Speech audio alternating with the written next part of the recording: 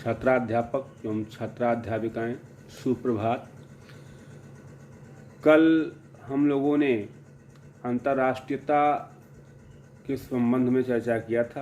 अंतर्राष्ट्रीय सद्भाव की आवश्यकता क्यों है, इसका महत्व क्या है, इसका अर्थ क्या है, इसका परिभाषा क्या है।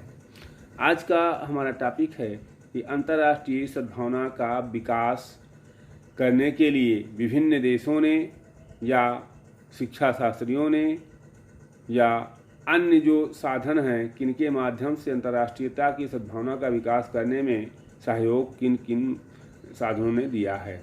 आपको पता है कि भारत एक ऐसा देश है जिसने प्रारंभ से ही अंतर्राष्ट्रीयता की सद्भावना के विकास पर बल दिया है। वसुधैव कुटुंबकम की बात को भारत प्रारंभ से ही मानता आ रहा है और 1925 में इंटरनेशनल ब्यूरो ऑफ एजुकेशन की भी स्थापना की गई थी। तो मेरे कहने का आशय यहाँ यह है कि भारत के लोग सदा से संपूर्ण विश्व को एक मानते हैं, संपूर्ण विश्व को अपना परिवार मानते हैं। उग्र राष्ट्रीयता की भावना के कारण द्वितीय विश्व युद्ध हुआ, लेकिन युद्ध की आग सुलगते ही विजित देशों के शिक्षा शास्त्रियों ने एवं विजित देशों के शिक्षा मंत्रियों ने शैक्षणिक नवनिर्माण संबंधी विचार विनिमय किया। युद्ध समाप्ति के बाद अमेरिका, रूस, सोवियत संघ और अन्य देशों ने ये निश्चय किया कि अंतर्राष्ट्रीय अवबोध को बढ़ाने की आवश्यकता है। उन्होंने कहा कि अंतर्राष्ट्रीय स्थिरता पैदा करने के लिए संयुक्त राष्ट्र संघ को अंतर्राष्ट्रीय सांस्कृतिक और शैक्षिक सहयोग विकसित करना चाहिए। इस उद्देश्य को क्रियात्मक रूप देने के लिए संयुक्त राष्ट्र संघ के अंतर्गत संयुक्त राष्ट्र शैक्षिक, वैज्ञानिक एवं सांस्कृतिक संगठन United Nations Educational, Scientific and Culture Organization की स्थापना की गई। इसको यूनेस्को भी कहा जाता है। ये संस्था आज भी अंतर्राष्ट्रीय स्तर पर अंतर्राष्ट्रीय सहयोग और सद्भावना पैदा करने के लिए अनवरत प्रयासरत है। जो यूनेस्को का आधारभूत सिद्धांत है, चूँकि मनुष्य उसका मानना है क्योंकि युद्ध मनुष्यों के मस्तिष्क में आरंभ होते हैं, इसलिए शांति की रक्षा के साधन भी मनुष्य के मस्तिष्क में ही निर्मित किए जाने चाहिए। न्याय तथा शांति बनाए रखने के लिए मानवता की शिक्षा तथा सहयोग की भावना के आधार पर पूरा करना चाहिए। संस्कृति का व्यापक प्रचार प्रसार मानव की महत्ता के लिए आवश्यक इसलिए है क्योंकि शिक्षा एवं संस्कृति के माध्यम से ही अंतर्राष्ट्रीयता की भावना का विकास किया जा सकता है।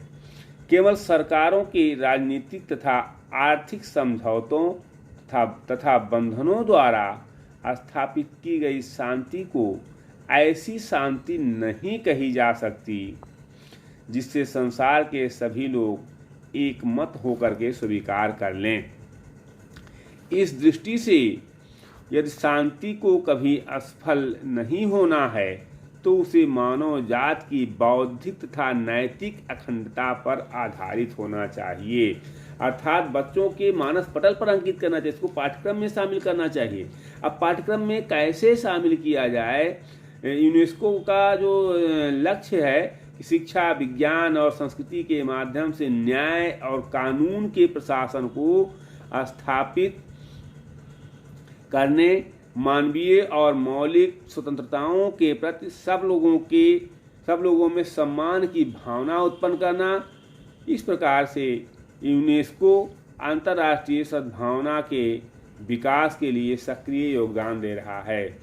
अब अंतर्राष्ट्रीय सद्भावना को विकसित करने में शिक्षा का क्या साधन है, शिक्षा उसमें अपना क्या योगदान दे सकती है, आइए हम इस पर चर्चा करते हैं।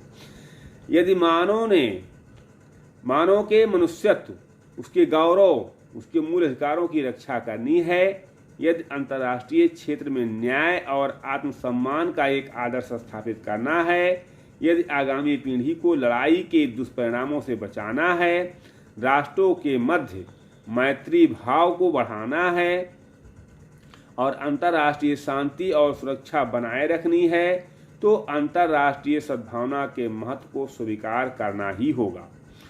इस अंतर्राष्ट्रीय सद्भावना का विकास करने के लिए, अर्थात इस भावना का विकास करने के लिए कि हम सब एक विश्व के नागरिक हैं, इसका विकास करने में हमारे विद्यालय जितना सहायता कर सकते हैं उतना शायद और कोई संस्था नहीं कर सकती है।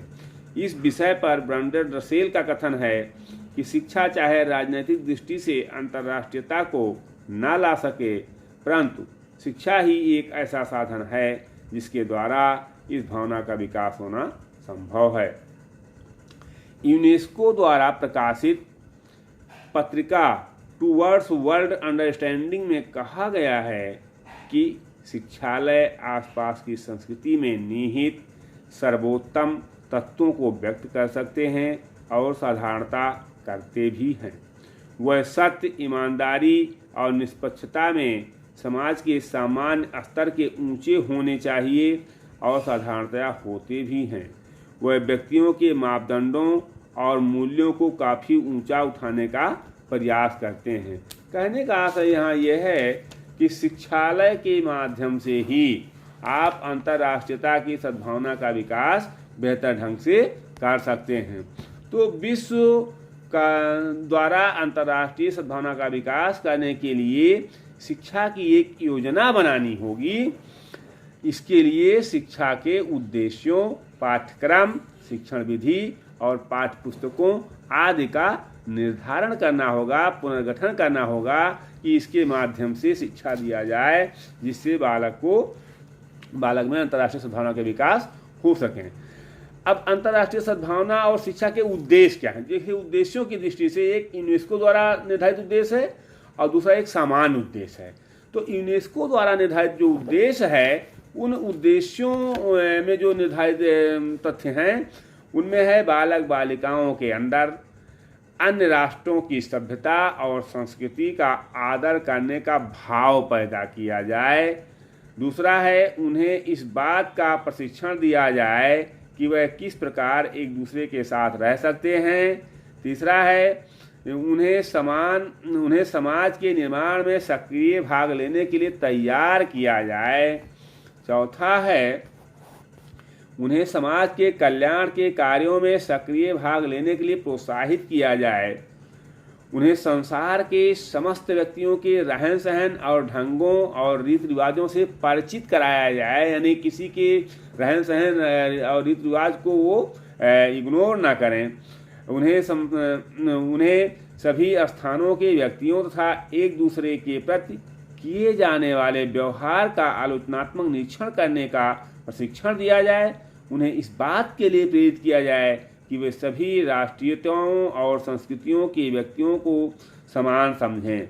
और जो सामान्य उद्देश्य ये है कि बालक बालिकाओं में विश्व नागरिकता की भावना पैदा की जाए, उनको विश्व की समस्याओं से परिचित कराया जाए, उनको विश्व समाज के निर्माण के उद्देश्यों और मूल्यों की रक्षा करने की शिक्षा दी जाए, उनको भिन्न भिन्न क्षेत्रों, आर्थिक, सांस्कृतिक, राजनीतिक आदि में विभिन्न राष्ट्रों की उपलब्धियों से परिचित कराया जाए, उनमें स्वतंत्र विचार, स्वतंत्र चिंतन, स्वतंत्र निर्णय, भाषण व लेखन की योग्यता को विकसित करने का अवसर दिया जाए, उनकी उग्र राष्ट्रीयता की भावना को समाप्त किया जाए और सामूहिक गुणों को अपने अंदर विकसित करने के लिए प्रोत्साहित किया जाए। तो ये सारी चीज़ें जो उद्देश्य निर्धारित किए गए, तो किसी भी उद्देश्य की प्राप्ति उसके पाठ्यक्रम के द्वारा होती है। और पाठ्यक्रम कैसा होना चाहिए, हम लोग इस पर चर्चा करते हैं, क्योंकि पाठ्यक्रम की बात यहाँ की विद्यालयों में पढ़ाए जाने वाले पाठ्यक्रमों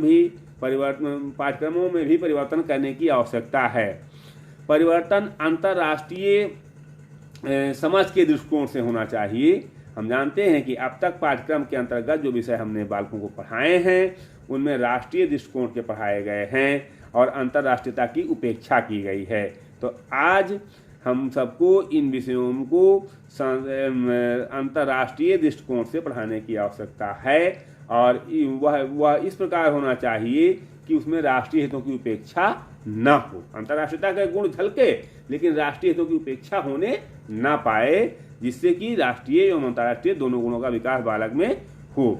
इस संबंध में पाठ्यक्रम के परिवर्तन और संशोधन के संबंध में निम्न सुझाव इस प्रकार हैं। जैसे धर्मों का तुलनात्मक अध्ययन। आप जानते हैं कि विश्व में विभिन्न धर्मों के लोग रहते हैं, विभिन्न जातियों के लोग रहते हैं। आज विभिन्न धर्मों को लेकर विश्व के लोगों में जितना भ्रम फैला हुआ है और मिथ्या धारणाएं फैली हुई हैं, उतना किसी और कारण का नहीं है। इसका मुख्य कारण यह है कि लोग विभिन्न धर्मों के सिद्धांतों से परिचित नहीं हैं। उनको ये पता नहीं है कि बाहरी विभिन्नताओं के बावजूद विश्व के सभी धर्मों में एक आंतरिक एकता भी है, जो सबका मालिक एक है कहते हैं, तो उसको समझते नहीं, कहते तो सब लेकिन समझते नहीं है। विभिन्न धर्मों में तुलनात्मक अध्ययन द्वारा हमें अपने बालकों को इसी आंतरिक एकता का ज्ञान कराना होगा, तभी बालकों को धर्म के सच्चे स्वरूप का ज्ञान होगा। इसके अतिरिक्त धार्मिक शिक्षा की आवश्यकता इसलिए भी है क्योंकि मानव मस्तिष्क को अन्य आदर्शों की ओर ले जाने की जितनी क्षमता शिक्षा में होती है, उतनी संभावना और किसी विषय में नहीं होती है। अतः धार्मिक शिक्षा को विश्व शांति के लिए महत्वपूर्ण बनाया जाए। भाषा और साहित्य। भाषा और साहित्य आप जान रहे हैं कि भाषा और साहित्य के माध्यम से छात्रों में अंतर्राष्ट्रीयता की भावना का विकास बहुत सहजता से किया जा सकता है। विद्यालयों में विभिन्न भाषाओं के अध्ययन की व्यवस्था की जानी चाहिए, जिनसे इच्छुक छात्र उन भाषाओं को सीखकर विभिन्न देशों के विषय में जानकारी प्राप्त कर सकें, उन देशों के महान साहित्यकारों के बारे में जान सकें। कविता, नाटक, कहानी, उपन्यास आदि के माध्यम से छात्रों में मानव प्रेम की भावना का विकास किया जाना चाहिए। उनको बताया जाना चाहिए कि मानव होने के नाते उनका कर्तव्य मानवता से प्रेम करना है। इतिहास में भी आप जानते हैं कि प्रत्येक देश के इतिहास के माध्यम से उस देश के विषय में बढ़ा चढ़ाकर बताया जाता है। तो ऐसा नहीं होना चाहिए। किसी भी महान पुरुष को चाहे जिस देश का हो उसके बारे में बताया जाना चाहिए कि इस विश्व के निर्माण में जो आज की विश्व की सभ्यता है, आज हम जिस सभ्यता को देख रहे हैं वह किसी एक देश के महापुरुष की देन नहीं है, अपितु वह विभिन्न देशों के महापुरुषों के सामूहिक तथा सम्मिलित प्रयास का फल है। अतः हम सबको इतिहास का अध्ययन अंतर्राष्ट्रीयता के दृष्टिकोण से कराना होगा और लोगों को, बालकों को ये बताना होगा कि संसार के सभी राष्ट्र महत्वपूर्ण हैं और सभी राष्ट्रों के महापुरुषों ने मिलकर के इस तरह की सभ्यताओं का निर्माण किया है। भूगोल का अध्ययन कैसे कराया जाए? भूगोल के अंदर बालकों को ये बताने की आवश्यकता है कि भले ही भौगोलिक तत्वों के कारण संसार में अनेक जातियां हों, लेकिन फिर भी उनके बीच ऐसी शक्तियां काम कर रही हैं जो उनको एकता की ओर ले जा रही हैं। भूगोल के द्वारा बताना चाहिए कि संसार के विभिन्न राष्ट्र स्वतंत्र रहकर जीवित नहीं रह सकते, क्योंकि वह परस्पर आश्रित हैं। उदाहरण के लिए, किस प्रकार आवश्यकता के समय एक देश में पैदा किया हुआ अनाज दूसरे देशों में पहुंचाया जाता है, तो यदि ऐसा न किया जाए तो उस क्षेत्र के निवासी कितने बड़े संकट में पड़ सकते हैं। नागरिक शास्त्र एवं राजनीति शास्त्र जिसको कहते हैं, अध्ययन उसको कैसे किया जाए? नागरिक शास्त्र के माध्यम से बालकों को विश्व नागरिकता के लिए तैयार किया जाना चाहिए। कर्तव्य तथा उत्तरदायित्वों का बोध कराया जाना चाहिए। उनको केवल राष्ट्र की चारदीवारी तक ही सीमित नहीं कर देना चाहिए, अपितु उनका क्षेत्र समस्त विश्व व्यापक होना चाहिए। राजनीति शास्त्र के माध्यम से छात्रों को अंतर्राष्ट्रीय राजनीति, अंतर्राष्ट्रीय अर्थनीति और अंतर्राष्ट्रीय नैतिकता का ज्ञान कराया जाना चाहिए। वैज्ञानिक आप जानते हैं कि विज्ञान का क्या योगदान है। वैज्ञानिक आविष्कारों ने दुनिया को बहुत छोटा कर दिया है, जिसके कारण संसार के लोगों में पारस्परिक सहयोग की बहुत आवश्यकता है। विज्ञान के द्वारा छात्रों को विश्व के महान वैज्ञानिकों के विषय में जानकारी दी जानी चाहिए और उनको ये बताया जाना चाहिए कि विश्व के विभिन्न देशों के वैज्ञानिकों ने अपने आविष्कारों के द्वारा केवल अपने देश का भला नहीं किया है, बल्कि संपूर्ण मानवजात के उन्नति और विकास में योगदान दिया है। विज्ञान के छात्रों को ये भी बताया जाना चाहिए कि इस वैज्ञानिक ज्ञान को लेकर संसार के विभिन्न राष्ट्रों में जो गुप्तता और अस्वस्थ प्रतियोगिता पाई जाती है वह मानव जाति के लिए घातक है। उसे दूर किया जाना चाहिए। विज्ञान का प्रयोग मानव जाति के विनाश के लिए न किया जाए बल्कि विकास के लिए किया जाना चाहिए। कला और संस्कृति के विचारों और भावनाओं की एकता प्रकट करते हैं। इनके द्वारा छात्रों में सौंदर्यानुभूति उत्पन्न करके उनकी भावनाओं को उदात्त बनाया जा सकता है। उनको बताया जाना चाहिए कि कला और संस्कृति किसी एक देश की सीमाओं तक सीमित नहीं होते। इनका संबंध एक देश से न होकर बल्कि संपूर्ण विश्व से होता है और विभिन्न कलाओं और संगीत के माध्यम से अंतर्राष्ट्रीय सद्भावना का विकास बड़ी सरलता से किया जा सकता है। संसार के महान कलाकारों, गायकों और संगीतकारों आदि से छात्रों को परिचित कराया जाना चाहिए। मेरे कहने का आशय यहाँ ये है कि इन विभिन्न तरीकों से अंतर्राष्ट्रीयता की सद्भावना का विकास किया जा सकता है, जिसमें भाषा, साहित्य, इतिहास, भूगोल, सामाजिक विषय, नागरिक शास्त्र, विज्ञान, कला, संस्कृति, धर्मों की तुलना, इन विषयों को पाठ्यक्रम में शामिल किया जाए, जिससे बालकों को प्रारंभ से ही विभिन्न राष्ट्रों के विषय में जानकारी प्राप्त हो सके।